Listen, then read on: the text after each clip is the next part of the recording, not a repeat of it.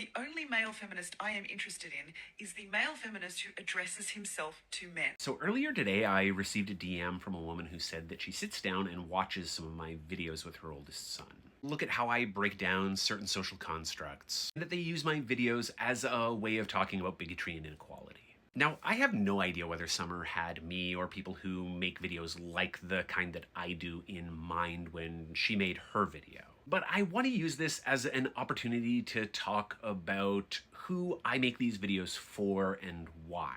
Now, in something like a response video, for example, a hit me with it video, the audience that I am explicitly addressing are the people that I'm responding to, who are usually men. And when I'm talking about masculinity or manhood more generally, my implied audience is usually boys and men. All that said, I know that there is a significant difference between the audience that I am explicitly addressing and the one that is actually sitting on the other side of the screen. And I strongly suspect that the numbers look very similar for any feminist-identified man who is talking about gender issues. And so as much as I say I am talking to men, I know that I am also talking to women, and I do also address myself to women. And I feel an obligation to validate and support and defend them. Particularly because within patriarchy, I am much better positioned to take some of that damage of misogyny. With admittedly mixed results, because when Paige Connell and I both criticized a football player for bragging about how great a dad he was despite the fact that he was doing the bare minimum,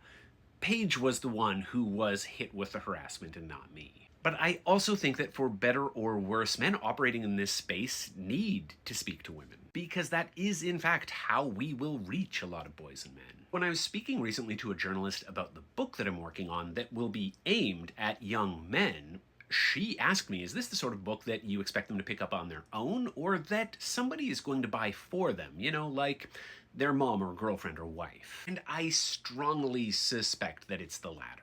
Which is why I started this video with that story of the woman who DM'd me. Because while I have received dozens of messages from men who tell me that my videos have made a difference, have allowed them to see how they themselves were toxically masculine and, turn a corner, right the ship, I have received far more messages from women saying that they've observed the same kinds of changes with the boys and men in their life when they share the videos with them. And so while I am explicitly addressing my videos to men, it is with the full knowledge that in all likelihood a woman in their life is going to see it first and then share it with them. It is a complicated and multi-layered process, but then complex questions and complex problems rarely have straightforward and simple solutions.